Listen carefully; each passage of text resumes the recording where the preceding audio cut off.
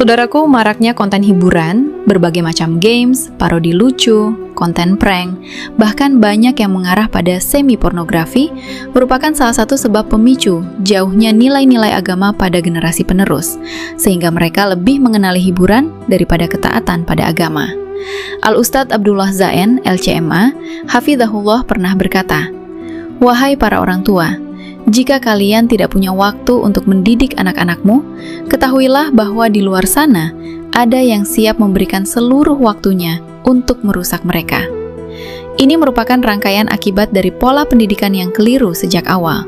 Konten edukasi, dakwah, dan inspirasi kalah diminati bukan karena tidak tersedia, tetapi karena selera telah diarahkan kepada hal-hal yang melalaikan. Fakta di lapangan menunjukkan bahwa penikmat terbesar justru kaum muslim sendiri. Ini harus dipahami sebagai indikator bahwa ada pergeseran orientasi pendidikan.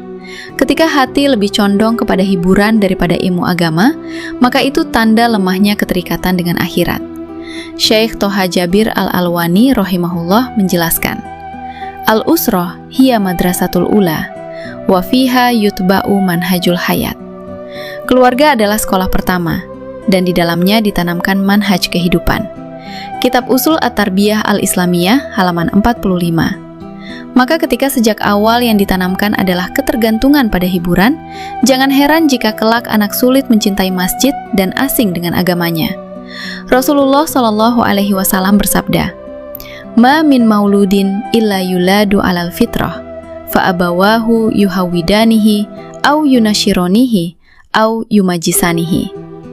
Tidaklah seorang anak dilahirkan kecuali dalam keadaan fitrah, maka kedua orang tuanya lah yang menjadikannya Yahudi, Nasrani, atau Majusi. Hadis riwayat Bukhari nomor 1358. Hadis ini menegaskan bahwa arah anak sepenuhnya dipengaruhi oleh pola asuh. Maka ketika sejak kecil ia diarahkan kepada gadget, hiburan, dan kelalaian, itu adalah konstruksi yang dibangun oleh orang tua sendiri. Syekh Abdullah Nasih Ulwan rahimahullah berkata, "Inna ihmala tarbiyah al-aulad ala as-sholah wal ibadah yu'addi ila fasadil ummah." Mengabaikan pendidikan anak dalam sholat dan ibadah akan berujung pada rusaknya umat. Kitab Tarbiyatul Aulad fil Islam, Jilid 1, halaman 523. Hal tersebut secara tidak langsung menjelaskan keadaan mengapa anak-anak lebih tertarik bermain games, bukan pada pendalaman ilmu agama. Masjid selalu sepi, bukan karena tidak ada orang, tetapi karena tidak ada pembiasaan sejak kecil. Bahkan orang tua seolah acuh ketika anaknya masih asyik bermain HP pada waktu azan berkumandang, tanpa ada penegasan bahwa panggilan itu lebih utama dari segalanya, dan kurangnya teladan dari para orang tua ketika azan tidak bergegas menuju masjid. Imam Ibnul Jauzi rahimahullah menegaskan, "As-sobiyu idza nusyi'a ala syai'in syabba alaihi." Seorang anak jika dibiasakan pada sesuatu, maka ia akan tumbuh di atasnya. Kitab Sifatus Sofwah, Jilid 1, halaman 120. Maka ketika sejak balita sudah difasilitasi HP, bahkan dibelikan dengan cicilan demi kebahagiaan anaknya, sementara masjid tidak diperkenalkan sebagai tempat ibadah yang utama untuk melaksanakan sholat 5 waktu, maka yang tumbuh adalah generasi yang asing dengan jamaah. Tidak heran jika dalam kehidupan sehari-hari, masjid sampai tidak ada yang azan, seakan itu hal yang lumrah dan biasa. Dalam salah satu ceramahnya, Ustazah Yasmin Mogahed Hafizahullah menjelaskan bahwa ketergantungan generasi muda pada hiburan adalah akibat dari kekosongan makna hidup, dan itu berakar dari keluarga yang tidak menanamkan hubungan dengan Allah sejak dini. Ia menekankan bahwa anak tidak membutuhkan hiburan berlebihan, tetapi membutuhkan keteladanan yang konsisten. Syekh Muhammad Sholih Al-Munajjid Hafizahullah dalam fatwanya menyatakan, "Ta'awudul aulad ala al-ajhidah biduna dhabt yu'addi ila ida'ati sholah wa tafrikil awqat." Membiasakan anak dengan gadget tanpa kontrol akan menyebabkan hilangnya sholat dan rusaknya waktu.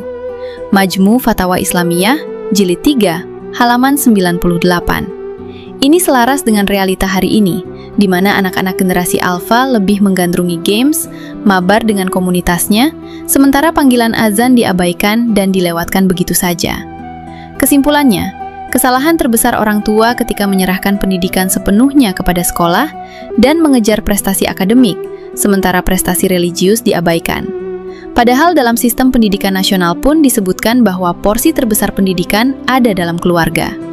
Namun yang sering ditanyakan adalah ranking berapa, bukan sudahkah istiqomah berjamaah, bukan sudah hafal berapa juz. Ini menunjukkan pergeseran orientasi pendidikan yang sangat berbahaya. Jika tidak ada perbaikan, maka generasi mendatang akan semakin jauh dari masjid dan semakin dekat dengan kelalaian. Maka kembalikan peran keluarga sebagai pusat tarbiyah, jadikan masjid sebagai bagian hidup, dan tanamkan sejak dini bahwa panggilan azan lebih tinggi dan mulia dari apapun aktivitas dunia. Wallahul musta'an.